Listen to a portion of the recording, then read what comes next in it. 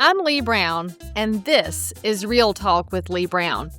I was so fortunate to go to the National Land Conference last week. It was the 20th anniversary of this event, and it is a product of the REALTORS Land Institute. So if you're in real estate and didn't know, there is a subsect of the people who understand land, and they're talking agriculture, recreational land, commercial uses, farming, and it might be the smartest group of real estate people I have ever been around. So at this conference, we were doing a lot of conversational chatter about what's happening with agricultural land. And so one of the things I found out this week is that the per acre value of ag land is falling while the value of recreational land is rising. I didn't realize that because when I do land here in Cabarrus County, North Carolina, it tends to either be infill lots, smaller tracts, or older family farms. We don't do the giant big stuff that you see out in the Midwest, and so I loved learning from the pros who see it every day. We also had some really vibrant conversations about data centers, and of course, that was prior to the viral video that hopefully you've seen where the family in Kentucky has turned down a $26 million offer for their generational farm because, as they point out, the money is not as valuable as being fed by the land. So anyway, we'll do a whole different episode about data centers because I have a lot of opinions and I'm doing more research to either confirm or deny my opinions. But I wanted to share with you something that I did not have knowledge about before I went to the National Land Conference and before I sat in a room with wildly involved and educated people. And that's a problem coming from the European Union. So today, we're going to talk about how a European regulation that you did not vote for and that does not apply under U.S. law can still reach all the way into your small farm, your woodlot, your family timber tract. If you own trees, if you ever sign a timber contract, or if you buy land with timber on it, or frankly, if you just care about America and private property rights, you need to stay tuned because this might just set you on fire like it did for me. And for those of y'all that are new to my show because you tuned in to hear about European Union violations of U.S. rights, I'm Lee Brown. I'm a realtor. I'm an auctioneer. I'm a mom. And frankly, I'm a property rights nerd, which is why when I started hearing about the EUDR, I stayed up late going down rabbit holes trying to find accurate information. Now, the EUDR is the European Union Deforestation Regulation. And here's what it means for American landowners, and especially if you have trees and you have a private farm, this impacts you, even if you think it only impacts the big, giant forest. So here's the first thing you have to know. The EU rule doesn't apply to you on paper. It looks like it's just for the EU, but it will hit you in your contracts. The first thing you have to know is that the EUDR is a European law. So technically, it regulates European companies. Okay, they make lots of stupid rules in Europe. That's why we broke off from them 250 years ago, yes. And so they're trying to regulate lots of products, timber, cattle, soy, coffee, cocoa. I mean, you name it, they want to regulate it. I mean, no surprise, right? But you, as an American, believe that you don't operate under European laws, right? You aren't officially under it if you look at their little written words on paper, but there's a catch. If your timber, your trees, your pulpwood ends up in a mill or in a company that sells to Europe, they have to prove exactly where your wood came from and that it didn't come from deforested land. So those companies, such as International Paper, are coming back to you, the landowner, and trying to paper over their risk through the private contract with you. And friends, that's where you get squeezed. And this is why I need you to watch this whole episode, take notes, and freaking send this to your senators and congressmen because God love them. They're probably not as up to speed on this as, let's just say, the delegation out of Mississippi, because I think they're leading the way on this. I want you to understand this, that European law, the EUDR, It doesn't look like it applies to you on paper, but it's in the fine print of your timber contract, or if you ever plan to have a timber contract, or if you want to change your timber contract. Y'all with me on this? All right, so here's the part that tickled me a lot. I grew up on 400 acres, and I used to think that was a big farm, but now I have talked to people who sell 40,000 acre tracts, and I feel like my 400 homestead was tiny, and the 10 acres I live on now is apparently just a teeny tiny dot. However, it would count as forest under this rule, because the second thing I want you to know here, the EUDR has its own definition of forest. Are y'all ready for this? Because this is going to blow your mind. In simple terms, if your wooded area is bigger than about 1.25 acres, all right? So in Charlotte, North Carolina kind of terms, that's a big lot in an old neighborhood, or it's where a McMansion goes. 1.25 acres, if you have trees taller than 16 feet, okay, so that's about what, a 2-story? And at least 10% canopy cover. So if you bought that wooded area because you wanted the privacy and the quiet and the place for the deer and the birds to go, you have a forest. Hear me on this, y'all. The people in the European Union are so blind and stupid, frankly, that they think 1.2 acres is a forest if 10% of the 1.2 acres has canopy cover. You realize that's like the little pocket handkerchief where we could put your detached garage is going to count as an area of a forest. And by the way, the rules don't care if this is just the back corner of your farm, or if it's a hunting tract, or if it's a little family woodlot you've always had, maybe your Christmas tree farm. If that timber, if the trees on your dirt feed any supply chain headed towards Europe, and go ahead and creep out with me here. The buyer's going to want your GPS coordinates. They're going to want maps, and they're going to want proof that your stand wasn't cleared after 2020 in a way that the European Union defines as deforestation. All right? So you know that little 12 acres behind the barn that your daddy always kept for the deer, for a deer stand? Yes, in EUDR world, that's a forest with a file, a map, and a history, and they want to know everything about it. Are you sufficiently bothered yet? Okay, so here's the third thing that was making my blood pressure go up. The real danger is in that there is no conversion, and there are land use promises baked into timber contracts. All right, so let me talk about what no conversion means. This is probably the sharpest knife in this legislative regulatory nightmare known as EUDR.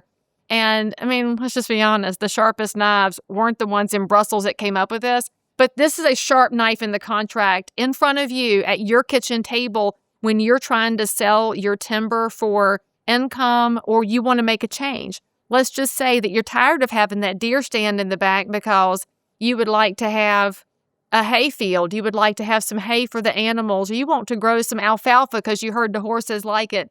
Well, here's what you have to know. We are already seeing in the U.S. timber companies and mills, yes, international paper, adding language that says, essentially, I promise I will not convert this land into anything else after I take down the trees. You're supposed to pinky swear that if it's under timber now, it will stay in timber forever. So no, you're not allowed. In the country built on property rights, Fifth Amendment, that's right, you're not allowed to turn that timberland into pasture. You can't turn it into row crops. You can't even develop it in the future. What if you wanted to put your baby boy and his sweet little family behind you? No, because that might require a rezoning. So they're limiting what you can do with your own land. Are y'all hearing me on this? Because if this isn't getting to you right where it hurts, you need to be paying better attention, because this is happening right now, and we're not getting good information on this from, far as I can tell, anything in the media. And I didn't even hear about it in real estate world until I go to the world of land nerds who, thank God for them. Okay, so anyway, in some of the cases around the change of use with some of this timberland, there are mills that have refused to take your timber at any price unless you, the owner, sign a document promising not to change the land use. I can't even with this, y'all. I can't believe this is happening in what used to be a free country. because this is a huge freaking deal. That means that short-term check for timber, so it could even be the contract you were already under and it's time to harvest. That short-term check quietly turns into a long-term restriction on how you use your own property. They're trying to say timber now, timber forever. And if you decide to change the use, then the timber on your land now has no value. They won't buy it. Now, you could also say that part of the problem are the companies who go along with the EUDR, but the EUDR has passed. It's not proposed. It is in use in the European Union. Just understand this. If you're the person who was thinking about conservation easements and thinking about a way to preserve your land and preserve the greenery, that's what you're doing here. You're signing basically a conservation easement without a check. That should be a red flag to you, friends. In fact, if you live on a little tiny house on a quarter of an acre in a ticky-tacky subdivision, this should concern you because you're probably the same people who want to preserve the existing green space that's out there and preserve ag land. This is not preservation. This is shackles. And understand this, in number 4 of the blood pressure items, the small landowners have the least leverage and the most to lose. And we know that's always the case, isn't it? The smaller you are, the more of a micro market you are, the more you have to lose. And you should know this, almost all of the wood fiber in the U.S., as in the kind that goes into the furniture you buy from the Walmart, Target, that pressed wood, or that goes into your paper, this pulp wood, almost all of that wood fiber comes from private, non-industrial family owners. People like my uncle who has a timber tract. Why does he have a timber tract? A, he likes trees. B, he likes the agricultural tax rate. And C, he likes the income after 20 years when the loblolly matures. So he doesn't have a lot of acreage. It's small acreage, but he's a non-industrial family owner. So he's the one providing the paper that you write on. And by the way, he's a super smart guy, and he has good legal help. He also has a niece in real estate, but you should know that most of our non-industrial small family farms are the least likely to have high-powered lawyers. If they have a legal person out there, it's probably somebody who's covering a lot of bases for them, so they're probably not super versed in international trade law and how to work with this. And he's also probably the guy who's not going to sit around reading dense contracts. Now, of course, he might use AI to read it. That's our new favorite thing to do. But do you really trust AI to read a contract if it's going to tell you what to do with your land? I hope your answer is emphatically no, ma'am. No, Lee Brown, I would not trust AI to read a dense contract. And this person is also under the most pressure when the buyer walks in and says, if you don't sign this, we're not taking your timber. The same timber that he planted 20 years ago should still have value today outside of whatever law that the European Union has put into place. And by the way, when you put foreign regulations on top of that pressure and those contracts and not having really fancy lawyers, and then you're adding in all of the corporate legal terms, which you know is always one-sided and it's designed to obfuscate and to confuse people, you're more than telling them what they can do with their land. This is more erosion of property rights. Because when you've got people who don't have the depth of knowledge, they're not on a level playing field with their adversaries. They don't have the deep pockets to fight it. So they're really hamstrung.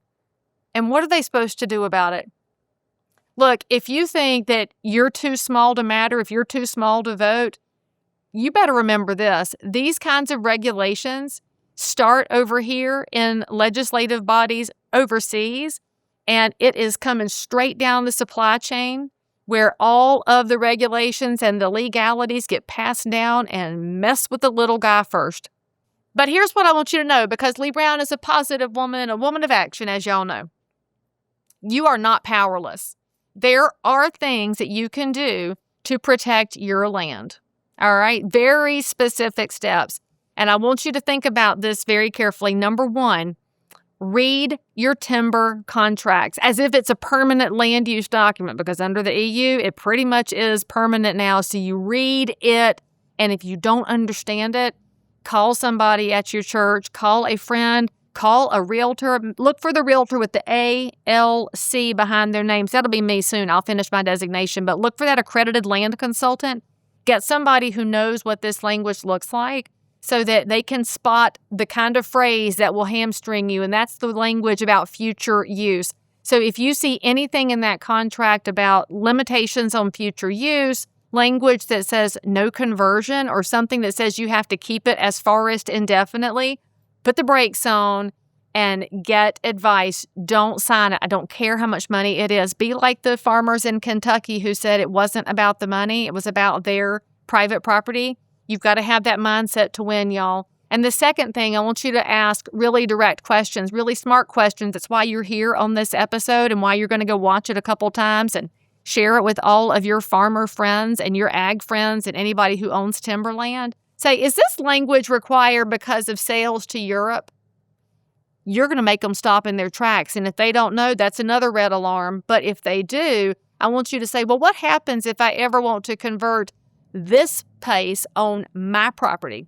If I don't want to replant my timber tract and I want to turn it into row crops, is there anything that could happen? Make them say out loud what the restrictions are on you. Make them say it out loud. And by the way, I think if you're wise when you're having this contract meeting, you'll have your little voice recorder turned on with your phone so that you can catch them when they say these things, because it's your only protection is to make sure you're asking and they're telling. Now, here's the third thing you can do. You can shop around. There are other buyers out there, and some of them are more flexible on EU rules, and some of them are less flexible. You just need to be asking questions. And I was told at the land conference there are some mills that are don't ask, don't tell. There's others that are every GPS coordinate, very serious stuff. You should be asking a lot of questions because as a U.S. citizen, you have the right to know what your buyer is going to say and do and what they're going to require of you, because this is your land, this is your income, this is your country. Start fighting. The Europeans don't get to tell us how to behave, y'all, because you have value, your land has value, your timber has value, and frankly, even if you're in a squeeze, you don't have to take the first piece of paper shoved at you. In fact, I feel like if there were enough smart people, an episode like this would go viral, at least in pieces, and the nice people of the world would set up a give, send, to go for you if you were being pressured by a paper company. Now, here's the other thing I want you to do, the fourth most important step for you who are wise.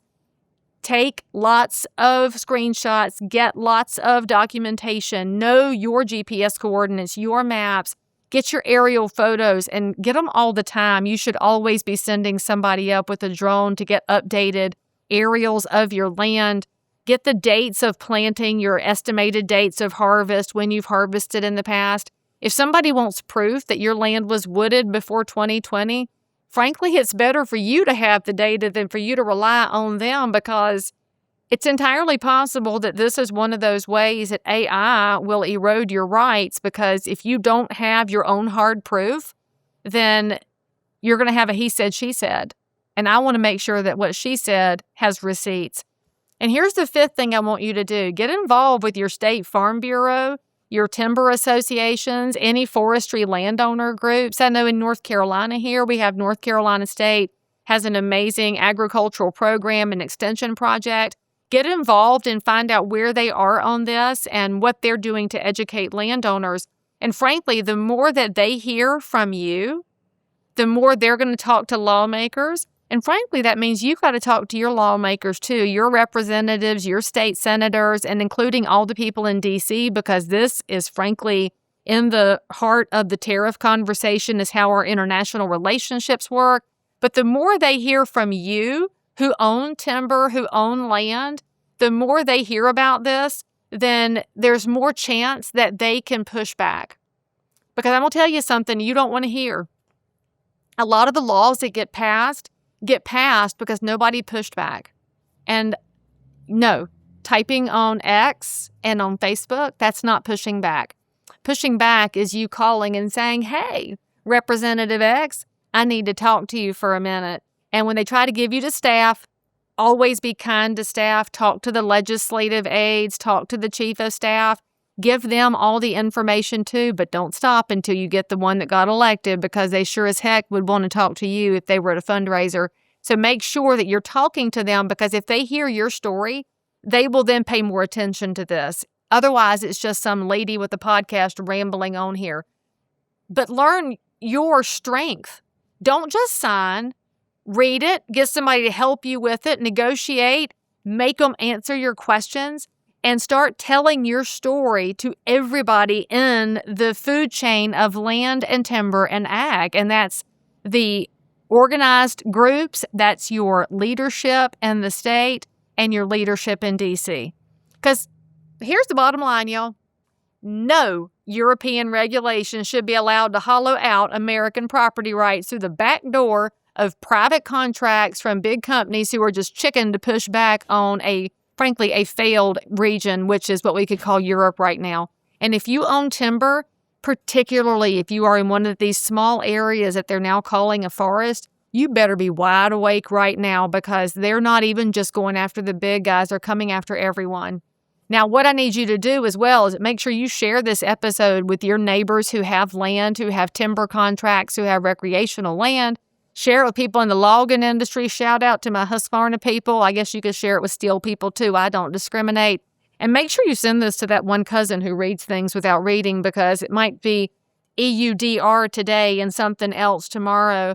And if you've already seen a timber contract that has a no conversion clause out there in the wild of living with it, please send me a message so that you can share that receipt with me, because I would love to see what you're seeing right now, particularly in North or South Carolina, where I do land and other kinds of real estate, property rights, sales, and advocacy, because I want to make sure that I've got some real world examples that I can share the next time I get invited to a fundraiser for an elected official. And by the way, if you're watching this and you have questions about selling your land, your timber contracts, your recreational land anywhere in the U.S., if you call me, I'll connect you to a professional, because that's where I got this information. And we have an obligation, friends, to make sure that we protect each other from overreach, because last time I checked, the United States of America was still a constitutional republic, and I'll be darned if I'm not going to keep fighting it. So make sure that you give me a comment below. Share this, share this, share this. This might be one of the most important episodes I've ever done. And, of course, come back and see us next time on Real Talk with Lee Brown.